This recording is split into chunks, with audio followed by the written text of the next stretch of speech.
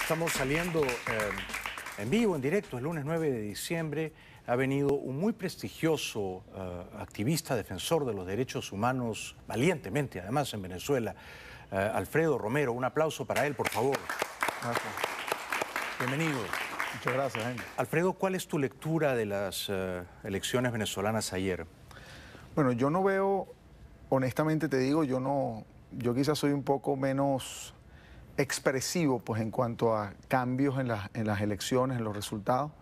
Yo siento que Venezuela vive un proceso de polarización acompañado de un esquema sistemático de persecución, de temor contra la población, que no permite que la población elija incluso libremente, no solo a sus representantes, sino elija incluso libremente su forma de vivir. Y te lo digo. En ese clima, digamos, que tú has descrito de persecución, de acoso, por lo tanto, ¿tú dirías que las elecciones de ayer son limpias o están viciadas por...? Es que lo que está viciado es el sistema en general. Es decir, mira, por decirte, vamos a hablar de lo reciente hacia el pasado. Sí. Hoy en día hay 3 personas desaparecidas en Venezuela que han llegado a las oficinas los familiares llorando por ello. Jesús Delgado, el general Lozada Saavedra y otra persona mayor, José Parra. 3 personas desaparecidas cuyos familiares van a tus oficinas y las personas buscándolas. Lleva, por ejemplo, el caso de Jesús Delgado, lleva el día de hoy 23 días desaparecido, 24 días desaparecido. Mayor Lozada Saavedra lleva ya el día de hoy aproximadamente 12 días desaparecido. Y José Parra otra cantidad de días. ¿Pero qué? Te digo eso, claro, se sospecha, no, son relacionados o vinculados con el general Raúl Isaías Baduel, todos. Y yo no quiero... General que está preso, Que ¿no? está preso político, que trabajó, por cierto, fue ministro en el gobierno de Chávez, comandante de las Fuerzas Armadas. Quizá fue el hombre que salvó a Chávez del golpe fallido. El 11 de abril. Sí. Con todas las críticas que uno puede tener, bueno, es un preso político y evidentemente... Sin duda es un preso político. Pero te digo eso porque, claro, se presume que puede ser los organismos policiales que lo tienen a ellos detenidos, no hay verificación de eso. Pero cuando la fiscal general de la República, y esto es importante, muy grave además, no sé si tuviste eso, detuvieron a una persona, Alejandro Silva, que es asistente de Enrique Capriles, lo sacaron de su habitación de hotel, por cierto, en un hotel cercano donde yo vivo, se lo llevaron a la 1:30 de la madrugada, lo interrogaron en la propia fiscalía y cuando le preguntan, lo sacaron a golpes, sin orden judicial, no sé si pueden entender eso, ¿no? Y cuando le preguntan a la fiscal general de la República, quien es la autoridad para resguardar los derechos humanos, la justicia, la fiscal dice, no, él no fue detenido, él fue llevado a un interrogatorio. Qué barbaridad. Cuando tú ves eso, te digo esos ejemplos porque es importante. Es que esos ejemplos son muy reveladores. La democracia no se mide cada 6 años porque hay una elección. La democracia se mide precisamente allí. Cuando tú tienes más de 1000 casos que llevamos el Foro Penal Venezolano de persecución política, quiero decir, no solo de presos políticos que hoy en día se encuentran tras las rejas, como el caso de Simonovic. ¿Cuántos presos políticos calculas que hay en Venezuela, Alfredo? Hoy día presos, es decir, tras las rejas, podríamos hablar aproximadamente de 15 presos políticos, tras las rejas. Quiero decir, verificados por nosotros. Pero así no se ve, porque este tipo de gobiernos, lo que nosotros hemos visto, el esquema de persecución no está en quien está tras las rejas. Simonovic es una bandera, es la mayor víctima, el comisario Iván Simonovic, lleva hoy 9 años preso. Pero no podemos dejar de ver a aquellas personas que tuvieron 1 año, y que hoy en día están libres, pero tienen medidas de presentación y no pueden hablar ni siquiera ante los medios de comunicación. La jueza Fiuni tuvo 3 años presa, hoy en día está libre, pero ni siquiera... Pero una libertad muy restringida. Entonces, muchachos, te estoy hablando incluso los casos de estos 179 personas que fueron detenidas, torturadas el 14 y 15 de abril, muchachos menores de edad, que hoy en día se encuentran, luego de haber sido detenidos 2-3 días, ellos pasaron de ser víctimas a victimarios. Luego de ser agredidos por la Guardia Nacional, ahora son victimarios, es decir, son los culpables de eso y tienen procesos judiciales pendientes. Tú has dicho torturados. En la Venezuela de hoy, que simula ser una democracia, pero que en el fondo es un régimen autoritario bien tenaz, ¿en la Venezuela de hoy se practica la tortura política para intimidar a los opositores, Alfredo? Nosotros lo hemos denunciado, digamos, ante la propia Fiscalía, no es algo que estoy diciéndolo aquí públicamente. Hemos denunciado casos de agresiones y de torturas de personas. Yo no te podría decir que nosotros hemos encontrado, digamos, en la organización Foro Penal Venezolano, un esquema sistemático de tortura. Ha habido como ciertas denuncias dispersas.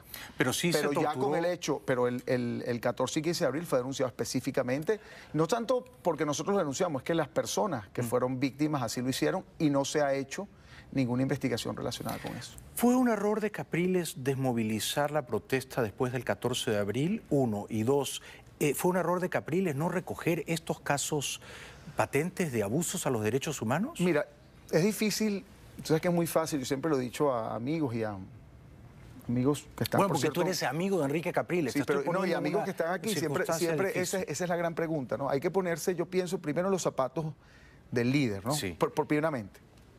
Y saber quién asume eso, ¿no? Las personas responderán, bueno, si es el líder tiene que asumirlo. Pero por otro lado, sí te voy a ser totalmente honesto. Por favor.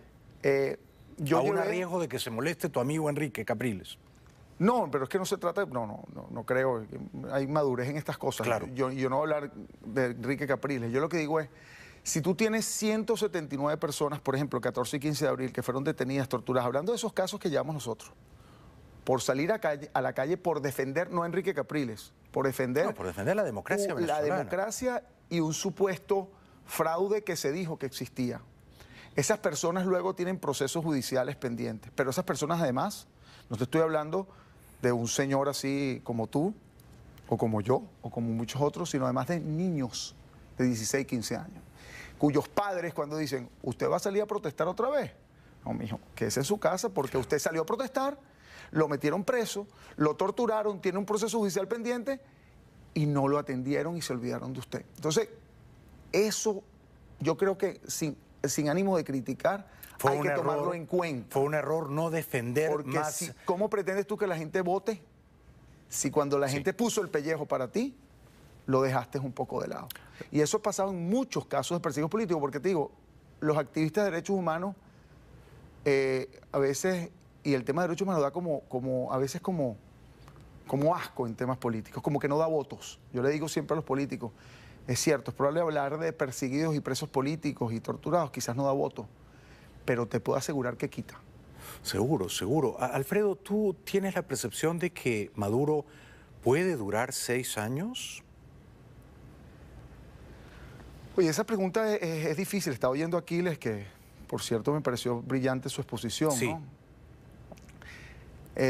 Y oía lo que Leopoldo decía, que no dura 6 años. Mira, yo honestamente creo que como Maduro va con un esquema represivo, de polarización, un esquema de discriminación a un sector político, aprendiendo de Chávez, pero sin el carisma y sin el potencial, si sigue como va, pues evidentemente, oye, tú golpeas a uno en la cara, le golpeas por la otra cara, le golpeas en la cabeza, lo golpeas por debajo.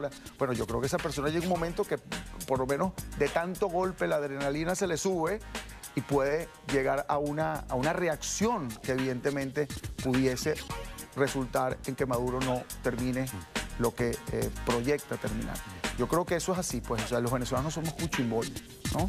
Puchimbol, pues, como le llamamos nosotros, que le da golpes todo el tiempo, ni somos, digamos, sadomasoquistas, ¿no? Que va a recibir golpes del gobierno constantemente. Esta es mi última pregunta porque no queda mucho tiempo. Te ruego una respuesta breve. ¿Qué liderazgo opositor te inspira más confianza? ¿El de Enrique Capriles todavía o le ves más proyección a Leopoldo López? Yo creo que Antonio Ledesma, que Antonio Ledesma, por cierto, es uno de los ganadores a mí me gustaría, honestamente, un liderazgo que se complemente, ¿no? Yo sí siento que hace falta en Venezuela un liderazgo que se complemente, pero más que eso, y con esto yo sé que tenemos poco tiempo, pero ¿sabes de dónde tiene que nacer el liderazgo? ¿De dónde va a nacer el líder verdadero? Que el que acepte y entienda que hay una cantidad de venezolanos que se movilizan, que reaccionan, que te apoyan y que están ahí buscando que alguien, digamos, le levante la mano. En estas elecciones, un error que se cometió, debo decirlo, es que, por ejemplo, muchos de los concejales que fueron colocados allí por la mesa de unidad no fueron los concejales que debían ser colocados, como eran los vecinos, las personas que se movilizaron, que llevan 14, 15 años trabajando. Vienen las elecciones a la Asamblea Nacional.